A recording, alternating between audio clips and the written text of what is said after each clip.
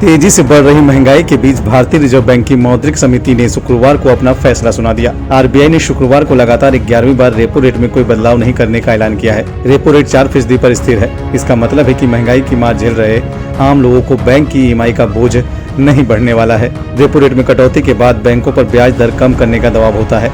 Bank ब्याज दर में कटौती करते हैं तो ईएमआई भी कम हो जाती है।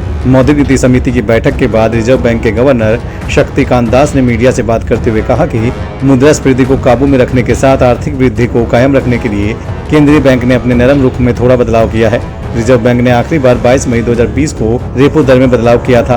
वहीं रिवर्स रेपो दर को 3.35% पर बरकरार रखा गया है। मॉनेटरी पॉलिसी में नीतिगत दरों को यथावत रखने के साथ ही आरबीआई ने चालू वित्त वर्ष में देश की आर्थिक वृद्धि दर अनुमान घटाया है। ये पहली तिमाही में 16.2%, दूसरी तिमाही में 6.2%, तीसरी तिमाही में 4.1% और चौथी तिमाही में 4% रह सकती है, जबकि पूरे वित्त वर्ष 2022-23 में देश की आर्थिक वृद्धि दर 7.2% रहने का अनुमान है।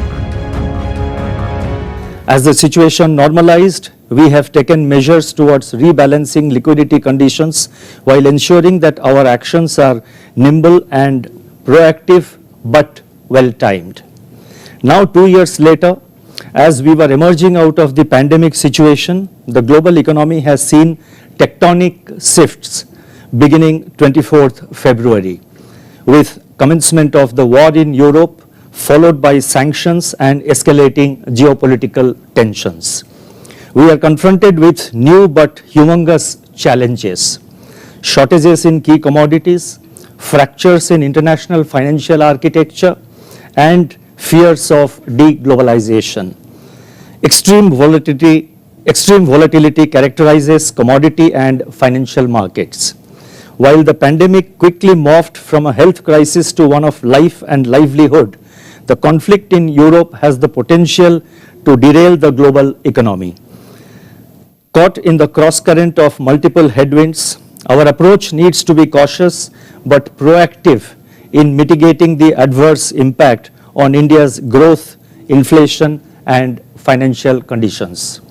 We are, however, reassured by the strong buffers that we have built over the past few years, including large foreign exchange reserves, significant improvement in external indicators, and substantial strengthening of the financial sector, all of which would help us to weather this storm.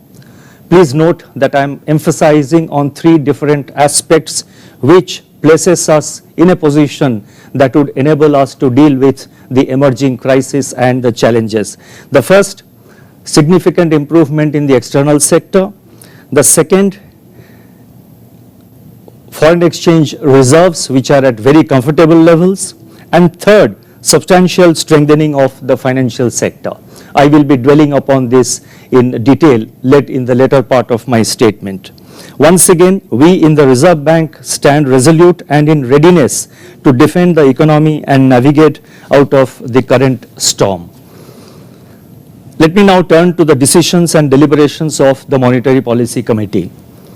Against this backdrop, the Monetary Policy Committee, that is MPC, met on 6th, 7th and 8th April, and based on an assessment of the macroeconomic situation and the outlook, voted unanimously to keep the policy repo rate unchanged at 4%.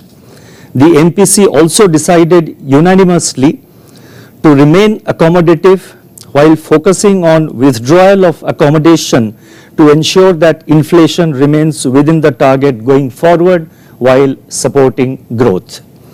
The marginal standing facility, that is MSF rate and bank rate, remain unchanged at 4.25%. Further, it has been decided by the Reserve Bank to restore the width of the liquidity adjustment facilities, that is the LAF, that is the LAF corridor, to 50 basis points, 50 to 50 basis points, the position that prevailed before the pandemic. The floor of the corridor will now be provided by the newly instituted Standing Deposit Facility, SDF, which will be placed 25 basis points below the repo rate, that is at 3.75%.